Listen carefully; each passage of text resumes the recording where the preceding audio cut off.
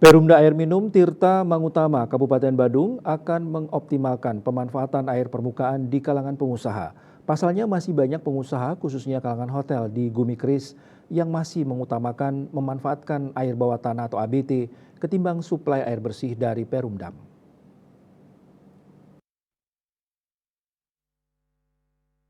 Dirut PDAM Tirta Mangutama Iwayan Suyasa membenarkan perihal tersebut. Penggunaan ABT masih ditemukan di wilayah Badung meski jumlahnya telah mengalami penurunan.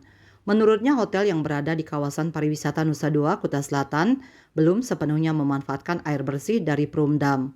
Dikatakan keuntungan dari pemanfaatan akan dikembalikan kepada pemerintah daerah untuk mendukung pembangunan di daerah. Sebanyak 55% keuntungan akan disetorkan ke Pemda sebagai PAD. Pihaknya juga akan menambah sumur-sumur resapan untuk memenuhi kebutuhan air bersih ke masyarakat sehingga mengurangi pemanfaatan ABT yang dapat merusak lingkungan. Bali Pos melaporkan.